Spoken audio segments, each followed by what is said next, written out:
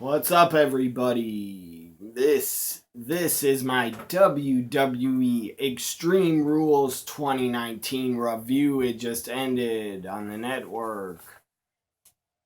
I get it. They've been doing longer pay-per-views for a couple months, but it's close to 4 hours. If you watch the kickoff, and I always watch the kickoff, I don't think I'd watch every kickoff match or I wouldn't watch the whole kickoff if I didn't do a review. But anyways, it went close to 4 hours. If you watch the kickoff, that's too damn long.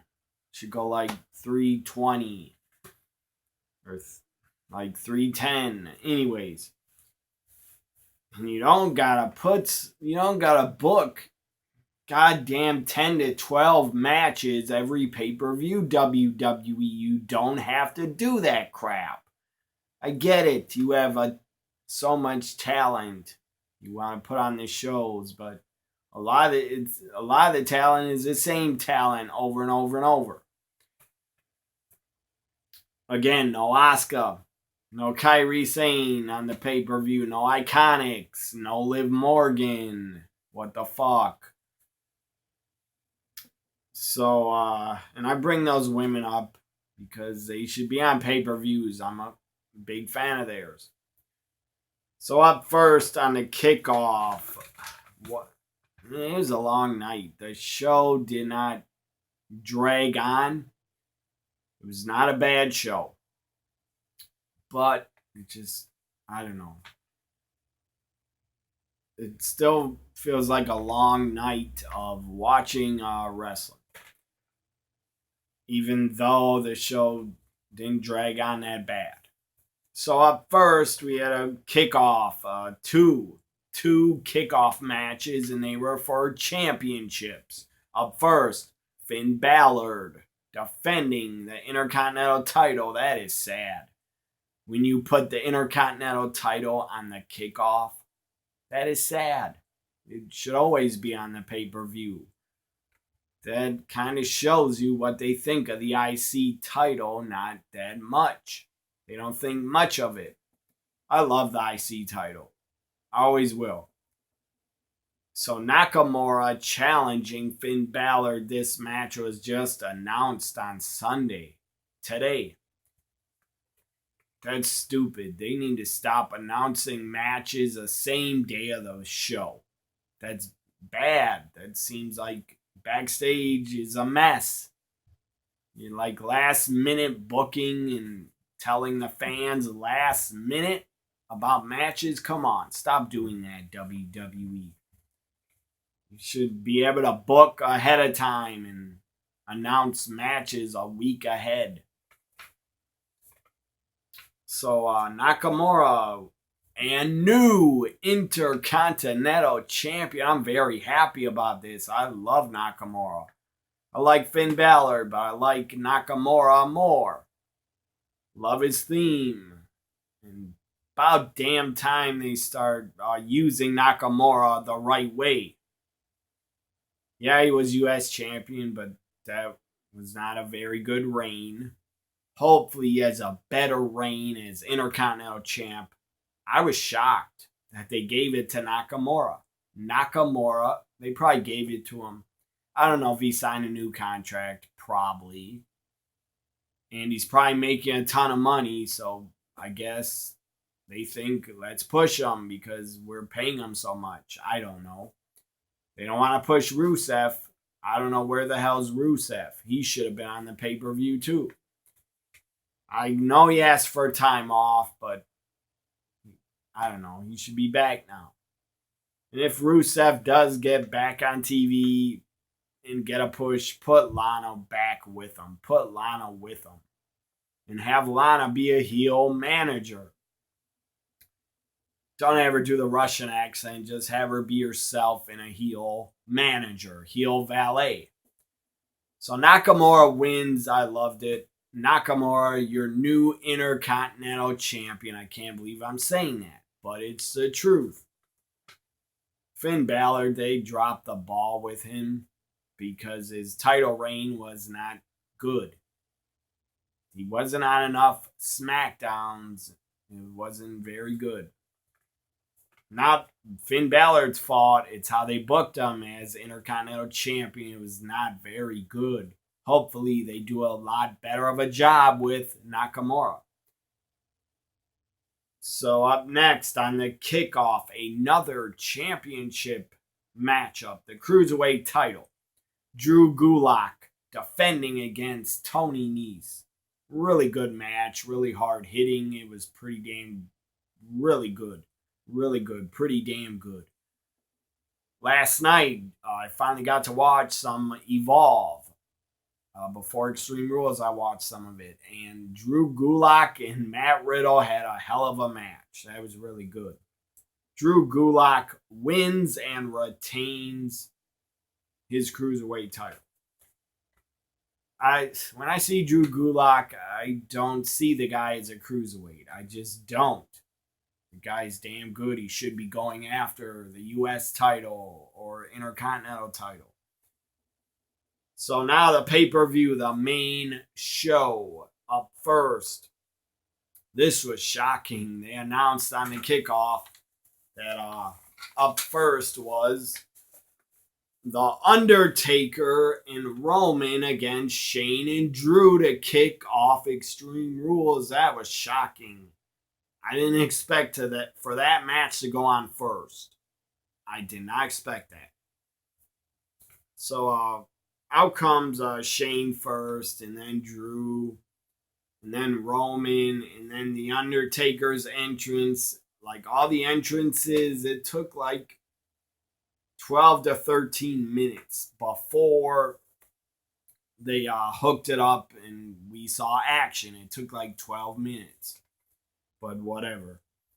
I guess they thought they could waste a lot of time because the pay-per-view's almost 4 hours every month. So I enjoyed this. No holds barred tag team matchup. The Undertaker wanted to prove something, that he does not suck, that it was not his fault for what Goldberg did to him. And it's not I don't think it's Goldberg's fault either. The guy probably got a concussion. He got knocked out. And then he got bloodied. And then he was blown up. And it was 100 degrees out there. So, anyways, Undertaker proved that, in my opinion, he can still go. He didn't have to do much. It was a very easy, basic matchup. Maybe more than basic, because he took an elbow through a table from Shane. I can't believe Shane can still fly in the air like that at his age. And he took a coast to coast from Shane. So Undertaker took a bit more than he usually does in all his other matches he's been in like the last 3 to 4 to 5 years. So anyways, Undertaker, this was a cool spot. After Taker got hit with coast to coast, Shane was about to pin him, and I thought to myself, I did a reaction to the No Holds Barred. Check it out on my channel. It will be in the 2019-2018 live reactions playlist. So Shane was about to pin Taker, and I started thinking to myself, please don't have Shane defeat and pin The Undertaker. That would have really pissed me off. But Taker rises up, scares Shane, grabs him by the throat, chokeslams Shane. And Taker goes like this, about to tombstone Shane. Drew rises up, stands up behind him. That was a cool visual. And then out of nowhere, I thought Taker was going to get hit with a Claymore kick, but no. Oh, by the way, Elias interfered and tried to help Shane again and smashed the guitar on Taker's back. So no Claymore kick. It's intercepted by Roman Reigns' spear to Drew. That was a cool spot. Roman saved Taker. And then Taker Roman throws Shane at Taker, picks him up, tombstone Shane for the 1, 2, 3. Roman and Taker celebrate. They stare at each other like they got respect for each other. Roman leaves the ring for Taker to be left alone in the ring. That was a good move by Roman to let Taker have the fans' respect. In the ring, his yard to himself. I hope we don't see Shane for months. I don't want to see Shane for the rest of 2019 on WWE TV. No more fucking Shane. Please. Please, for God's sakes. No more Shane. Now, I want to Taker to pick him up and tombstone him like 2 to 3 more times. And then Shane, I wish, would have been carried out in a body bag or a casket. But they didn't do that. They're probably going to do, I don't know, fantasy booking. They're probably might do Shane Undertaker buried alive. So Shane gets buried alive, so we really don't have to see him again on TV. I don't think Shane should be on TV anymore until he can come back on TV for a Hall of Fame induction. That is it. And yes, a guy, I don't care if he's Vince's son, Shane McMahon deserves to be in the Hall of Fame for what the guy has done to his body and put his body on the line for like the last 20 years. Or at least 19 years since 2000. Since 2000, he's started taking those big falls and big spots and stunts, falling off of things since 2000. So Shane, I don't see how they're going to get Shane off TV. I think he'll be back. And maybe at SummerSlam we get buried alive. And Undertaker buries Shane alive, please. I hope Shane gets buried alive if they have that match. Because I don't want to see Shane anymore. So again, Undertaker did well. He did old school. He did his choke slams. He did snake eyes. He did a lot. But it was all basic, easy stuff. He didn't take many bumps. Except Shane kind of landed on him with a lot of force. That looked like it hurt. That elbow drop. His Taker fell to the floor off the table pretty damn hard. Because the force of Shane breaking the table. Drew did well, but I don't know what they're going to do with Drew McIntyre at all. I don't know how they're going to book him at SummerSlam. Watch it be a 6-man tag. Kevin Owens, Roman, Undertaker against Shane, Drew, and Elias. I don't want to see a 6-man, but we might get a 6-man. I would rather see buried alive. Because I don't think Shane is gone just from getting tombstoned. He'll be back and hopefully he gets buried alive.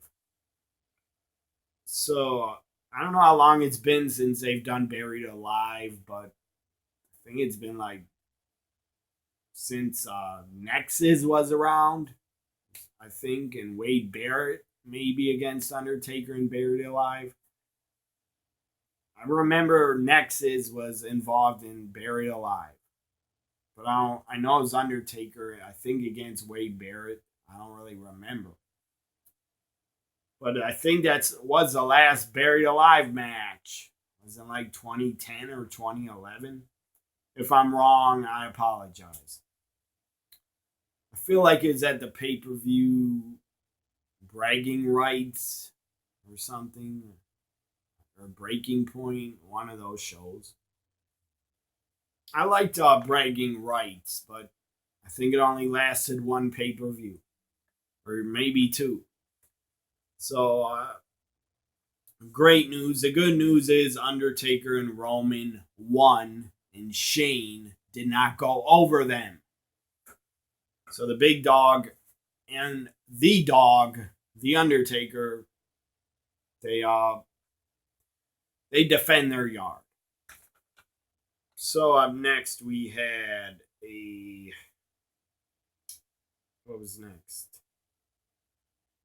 So many goddamn matches. Again, 12 matches.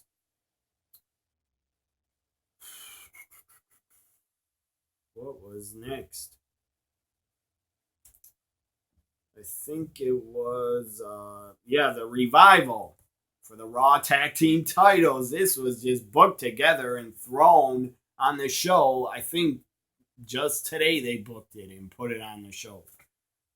That's ridiculous to put a tag title match, book it in like a few hours, and then put it on the show. Or maybe it was booked since Tuesday night. I don't know. So the Revival and the Usos had a really good tag title match. It was really good. They're two of the best tag teams in the world. It was really good, but I didn't care about it. Because, again, too many matches on the pay-per-view, I thought. The Revival win and retain. I'm glad they didn't lose the titles. Because they should have a long reign as tag champs. Up next was Aleister Black making his singles pay-per-view debut against Cesaro. They had a really good match. Cesaro is incapable of having a bad match on a show. I've never seen him have a bad match with anybody. In singles or tag team, Cesaro never has a bad match, ever. I've never seen him have a bad match. Not in WWE. Maybe in FCW, I'm not sure. Because he was there for a while. Or for a little bit. Remember when, what was her name? Oksana? She was in NXT season 1, I think, or the NXT Women. I'm not sure, but Oksana. Remember when Oksana, I don't know if I'm saying her name right, but Oksana was Cesaro's manager when he was Antonio Cesaro. That was a long time ago. I think Cesaro would do good with another female manager if he got one. So Aleister Black, Cesaro tore it up, had a good match. Again, anybody could have a good match probably with Cesaro. I probably could. And I've never stepped in a ring. I'm just a fan. So Aleister Black wins. It was a good singles debut on pay-per-view now. Now, don't leave the guy off of SmackDowns and other pay-per-views. Don't leave the guy off of TV and not wrestling for like months and months. Don't do that again. He wasn't off TV, but the guy wasn't doing anything but cutting promos. And then they built up the suspense and built it up. Who was going to face him? It should have been Bray Wyatt or Randy Orton, but no, it was Cesaro. Maybe they'll do Bray and Aleister. Maybe they're going to save it for WrestleMania. I don't know. Or SummerSlam or Survivor Series. I don't care. Bray's on Raw. Aleister's on SmackDown. Who cares? You can still have them face off on a pay-per-view. No Bray Wyatt running. I thought he should have done a running. Lights should have went out. Could have had, I don't know, a creepy laugh of Bray Wyatt laughing, and then the lights go on and he's gone. He's not even there. Why don't they have Bray Wyatt on pay-per-views or on Raws? Why is he not playing mind games with all the talent on the roster? I don't get it. Why'd they stop doing Firefly Funhouses? I don't know. They shouldn't stop. And I guess the puppets of Bray's from the Firefly Funhouse. I guess a puppet. I don't know what to call them. Puppets. I guess they've shown up backstage, but so what? That's not Bray Wyatt appearing. Unless they're going to say the puppets or tried to break out of the Firefly Funhouse to run away from Bray to get away from him because he's insane. And because they're scared of him. I don't know if they're going to keep showing the puppets backstage. To be honest, I haven't even seen any appear backstage, but I guess they have. I missed it. So up next we had, for the SmackDown Women's title, Bayley defending against Alexa Bliss and Nikki Cross 2-on-1. It was a good match.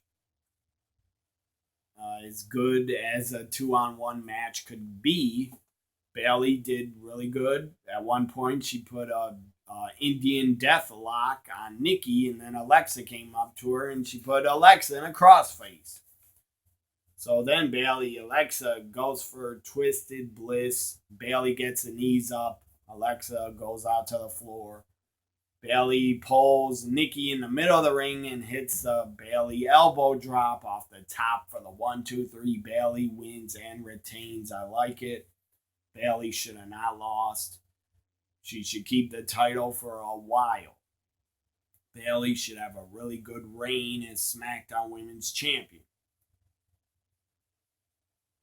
I guess there's some controversy with Bayley and that show on Fox Sports 1, Fair Game, with Kristen, whatever her name is, Kristen Legley or something. I've watched it a few times, but only when WWE superstars are on it. Anyways, she was shocked and couldn't believe it that Bayley did not get, or WWE did not pay for a driver for their talents. That they don't pay for a driver because, of course, they could afford it. But they're not going to change and start doing that for everybody. I don't know if WWE pays for the hotel. I don't know. I don't think they pay for car rentals. I don't know if they pay for the airline tickets. I don't know. They might pay for one of those out of three of them. I don't know. They should pay for all three, but whatever. The talent, if they don't pay for one of those, the airline tickets or car rentals or hotels, if they don't pay for any of those, still, WWE pays their talent really well. You should be able to put away a little bit of money and save and afford to pay for hotels and a car rental. Also, WWE people shouldn't say, oh, they're awful. There should be a union. There's never going to be a goddamn union. Not even in AEW. I doubt it. AEW's not going to pay for every wrestler's health care and everything else. Every other expense. No, they're not. I don't even believe AEW's going to pay the women what the guys make. I don't believe that. They said there was going to be equal pay. Well, I don't believe it. I believe it when I see it happen or when I hear it happen. About people, fans picking on WWE. At least when you're injured, they pay for your surgery. And they pay you when you're out. Let's say you're out a year. They give you paychecks for a year when you're not able to work. They pay for your surgery. They pay for the rehab. They also pay for drug and alcohol rehab. And the talent does, I'm sure, get paid really well. Should they pay for the hotel, airline tickets, and car rentals? Yes. But they don't. So anyways,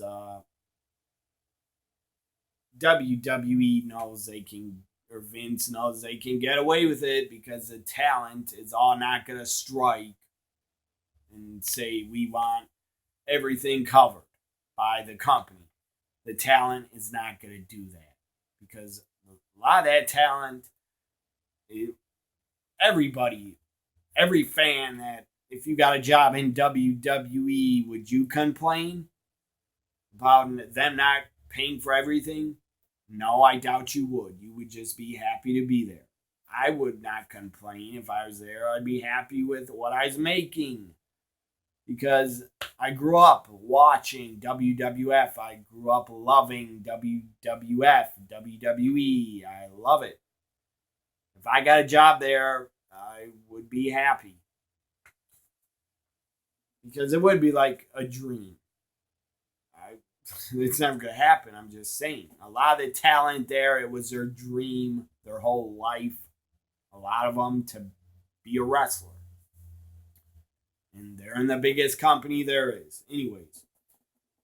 So I went off topic, but the woman interviewing Bayley couldn't believe she didn't have her own driver and said, don't you think they should pay for that? And Bayley didn't know how to answer. I don't blame her for being uncomfortable. And Bayley agreed that, yeah, they could cover it, but they do a lot of other things for us. So anyways, I guess FS1 deleted that part of the video interview about, and the woman so uneducated about, I like her, but she's not a great interviewer. She is uneducated about the wrestling business and what the talent does or does not get. She asked Bayley, and this interview I believe came out today. I saw it dropped on YouTube, I think on Sunday today. So the woman asked Bayley again. It said show Fair Game on FS1. They also upload part of the interview on YouTube.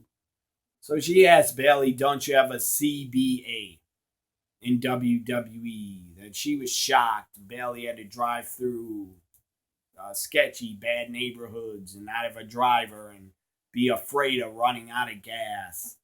The woman couldn't believe it. That was interviewing her. She said, can't you go to the CBA?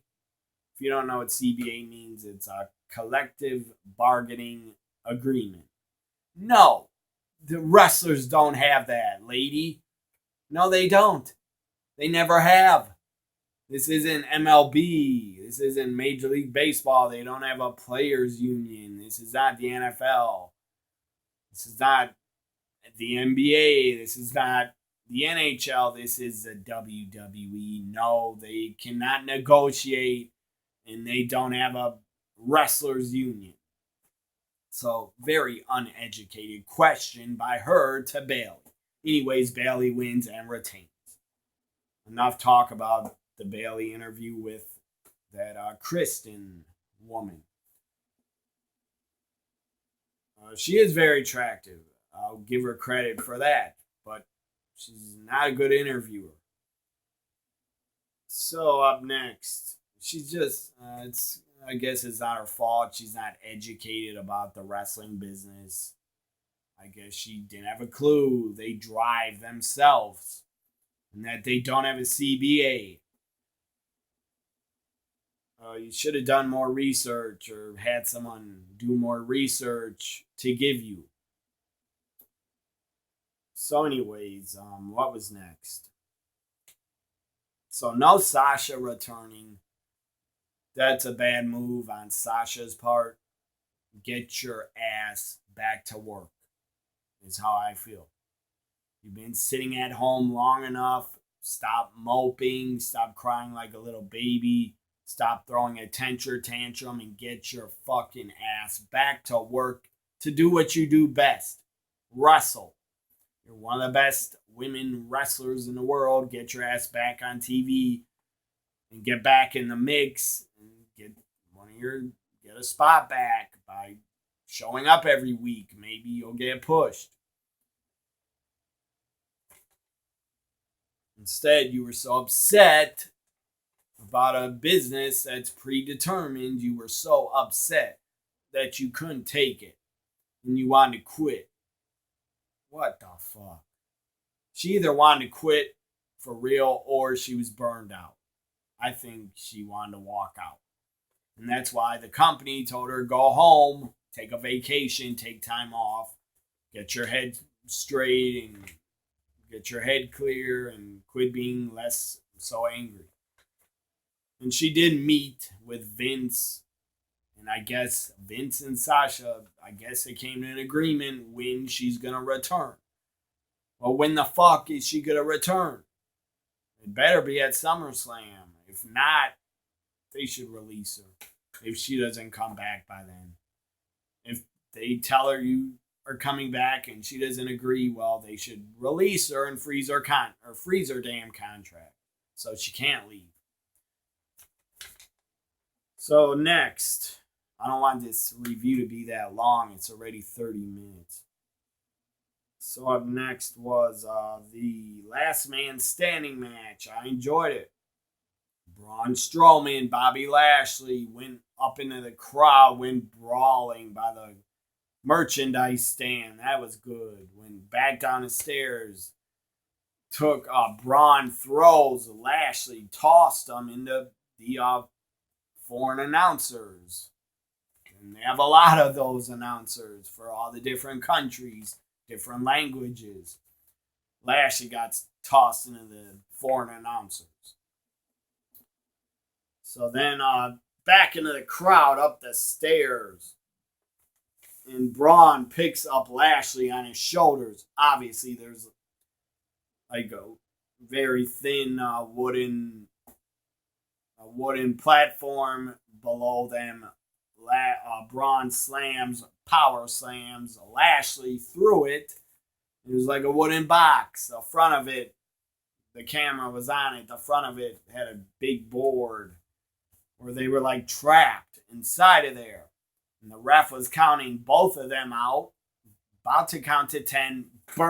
Breaks out of the wall is Braun Strowman. The monster among men wins. The monster Braun is back. I loved the finish. I thought it was really good. That was awesome. Power slam through that, whatever it was. Part wood, part plywood, cardboard, I don't care. It was cool. It was a cool finish. And it made Braun look like a fucking monster. And that's how he should be booked for good. The guy doesn't have to be world champion, but just book him like a monster. Hopefully Vince listens to Paul Heyman and books Braun again like a main eventer. Or to get a main event push. Up next was the SmackDown Tag Team titles. Daniel Bryan and Rowan. I almost said Eric Rowan, but it's just Rowan. So Daniel Bryan, Eric Rowan defend the SmackDown Tag titles against the New Day and Heavy Machinery. Good triple threat, really entertaining. I enjoyed it. At one point, Big E was in across the label lock, and then he was about to reach to the ropes. Daniel grabbed his other arm, pulled it behind him, and Big E's leg was trying to reach the rope, and Daniel grabbed his leg. So Daniel had both of his arms and his leg. So if Big E wanted to, he couldn't even tap out. That was pretty funny.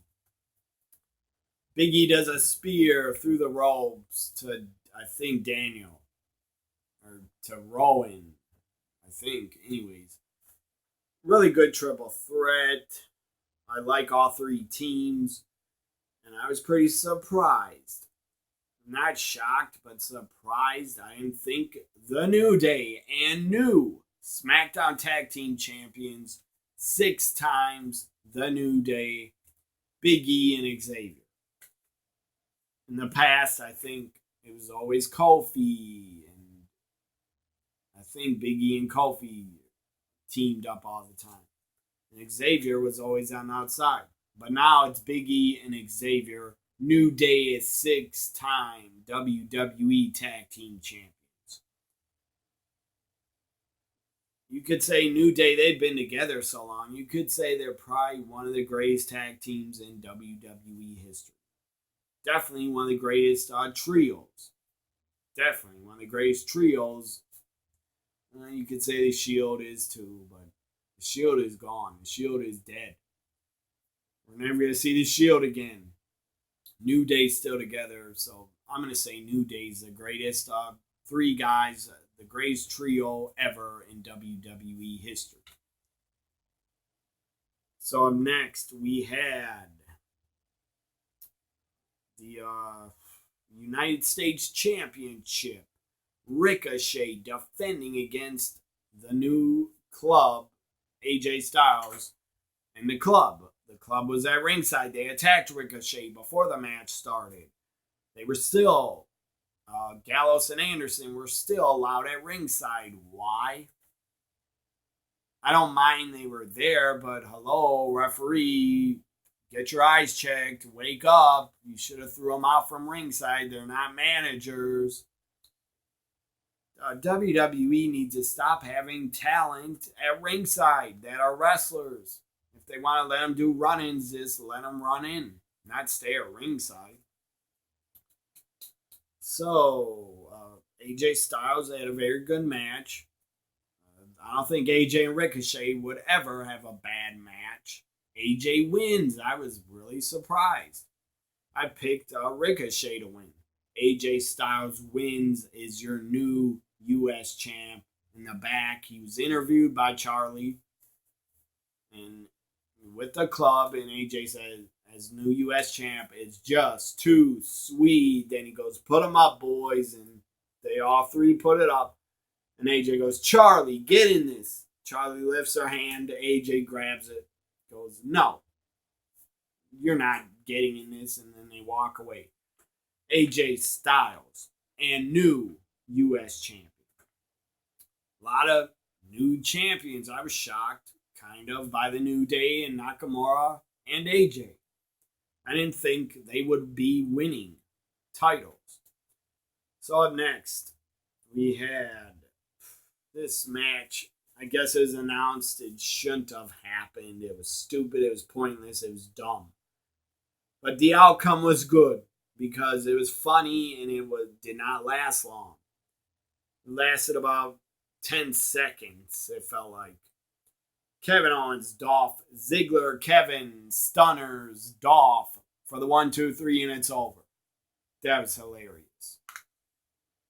That's how you book a match I don't want to see, is end it right away. That's a perfect way to end it.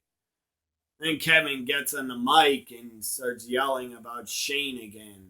This was good shit. Yelling about Shane, saying, Shane, you got what you deserved. Kiss my ass and go to hell. That was great. So up next, we had 2 more matches. The final 2 for the world titles. Samoa Joe challenging Kofi Kingston for the WWE Championship.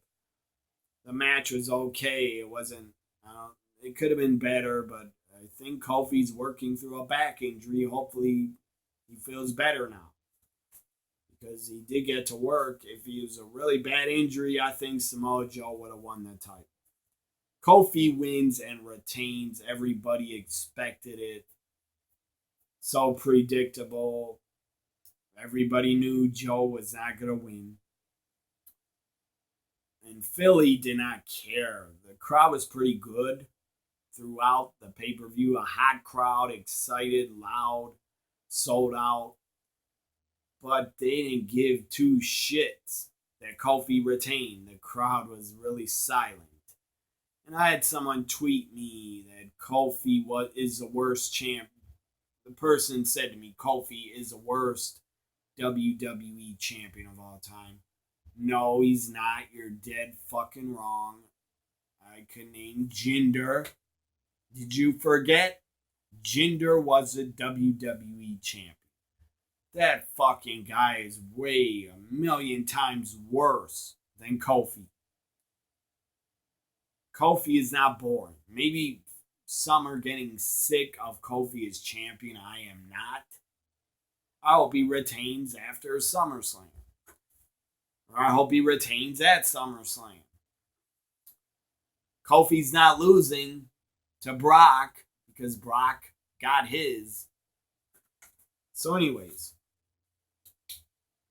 no Brock music, and Paul cut a promo in Philly. Got a big pop. And then the fans kind of booed him when he brought up Brock, but still, Paul Heyman is more over in Philadelphia than Rocky. Sylvester Stallone as Rocky. Anyways, even though it was a movie, but whatever.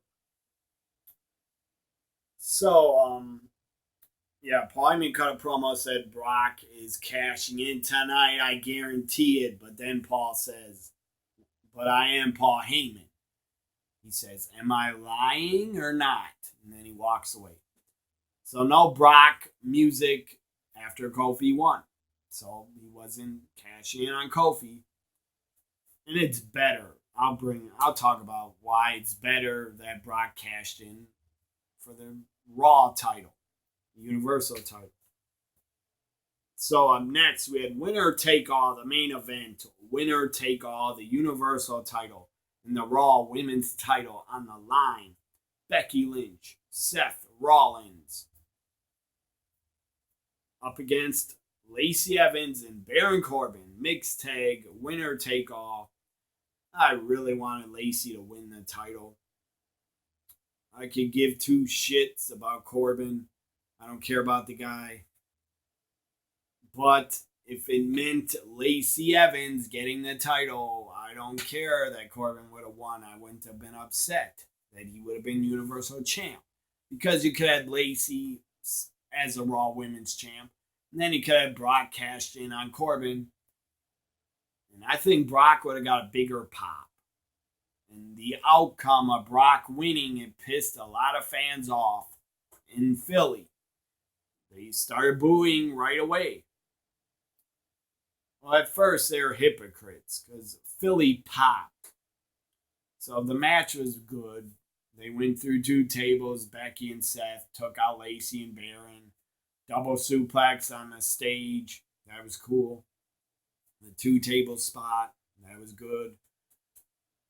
But then, anyways, I don't know. On WWE Network, they skipped. I don't know why. My stream skipped, and I didn't see Becky get hit with the End of Days, but Becky got hit with the End of Days. I got to watch that back.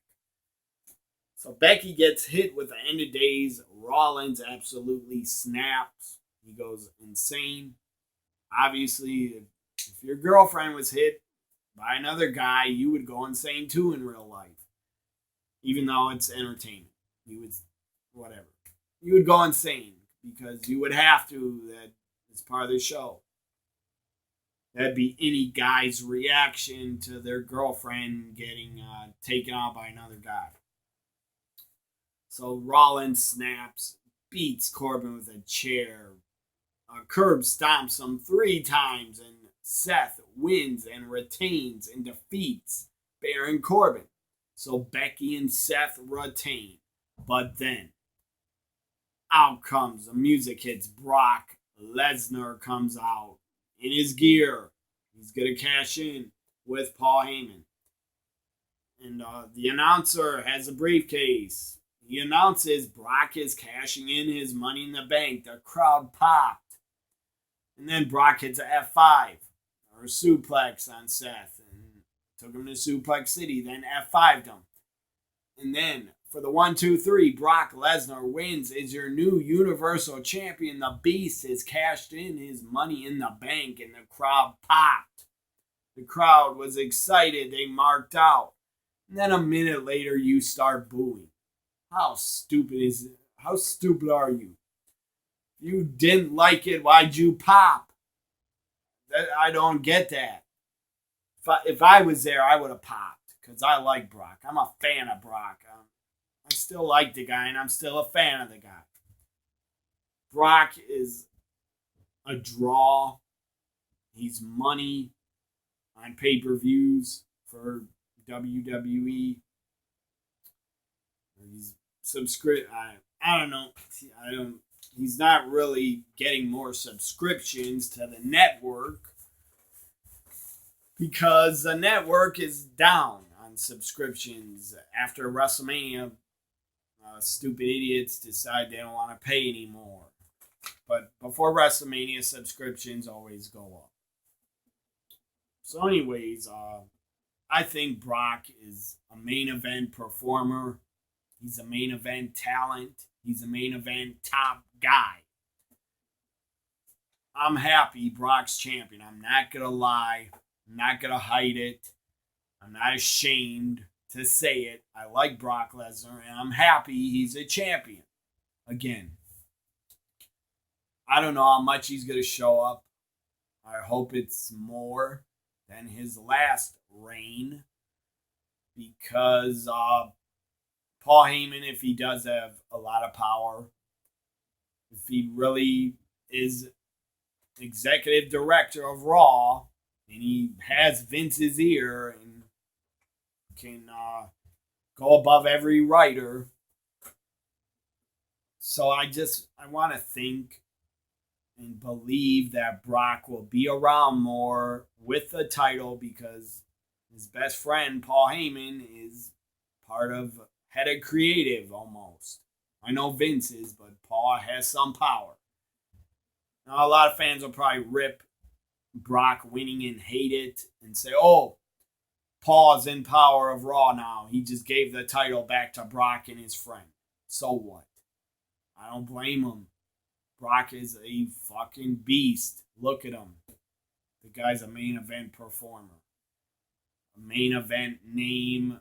A huge name. Even if Paul Heyman and Brock were not friends, I would still say I like Brock winning. Seth, to me, got to be a very boring champion. Corbin, again, if Corbin got cashed in on, the fans would have loved it. But they did boo because it was on Seth. And Seth is a full-time guy. He's busted his ass for WWE a lot. The guy's always on shows.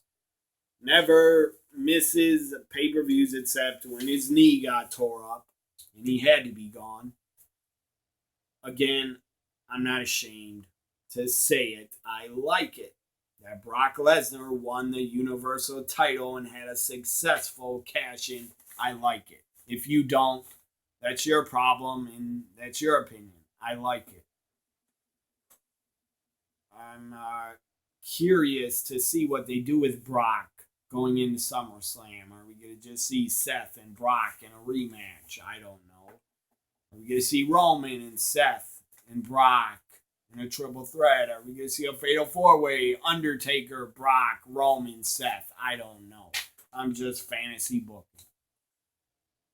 If I was WWE, I don't know. I would put Brock against Braun at SummerSlam, or probably not yet. I'd put Brock against Lashley, or Brock against Drew McIntyre. There should be no more rematches for Seth for a while. So I'd put Brock against Lashley or Drew McIntyre. Not Braun yet. Could save that for Survivor Series or some other event. Hope you enjoyed my Extreme Rules review. My final grade before I give my final predictions and how I did. My final grade for Extreme Rules 2019 is a B-. B-. I enjoyed the show. It did feel long, but I still enjoyed a lot of what I saw. Nakamura winning, loved it. New Day winning, loved it.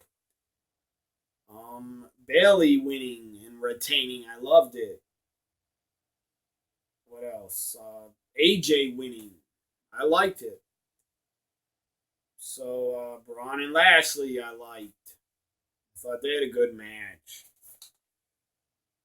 And I liked Kofi retaining, and I liked Brock Lesnar cashing in. My only complaint is it felt too long, kind of. The pay-per-view it shouldn't go on close to 4 hours. Pay-per-view felt too long, but I didn't get bored. I don't know. It's that Revival and Usos, I got kind of bored.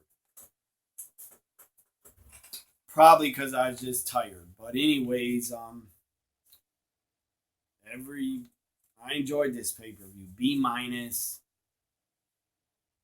I could almost say B plus because they did some new stuff that I didn't expect. I didn't expect really AJ to win. I damn sure did not think Nakamura would win and they give him a title. Again, he was US champ, but whatever. Aleister Black, his debut, winning, that was good also. Drew Gulak, Tony Nese, that was good. This show could have been, my only complaints, Usos Revival shouldn't have happened. Kevin Owens Dolph shouldn't have happened on a pay-per-view, and Lacey not winning the women's title. I wish that did not happen. But Brock winning, I liked it. So again, B minus for Extreme Rules. My final predictions. I gotta do them right here. Should have done them ahead of time. So I'll count them up here. I did not predict the IC title match because I didn't think it was going to happen. I did my predictions last Tuesday. I didn't know Kevin Dolph was going to happen. I didn't know Usos Revival was happening. So I did not predict those 3 matches.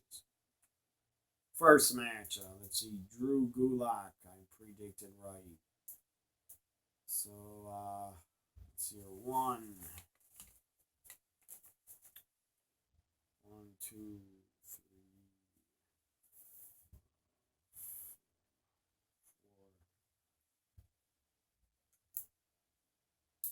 So 6, I think 6 I predicted right.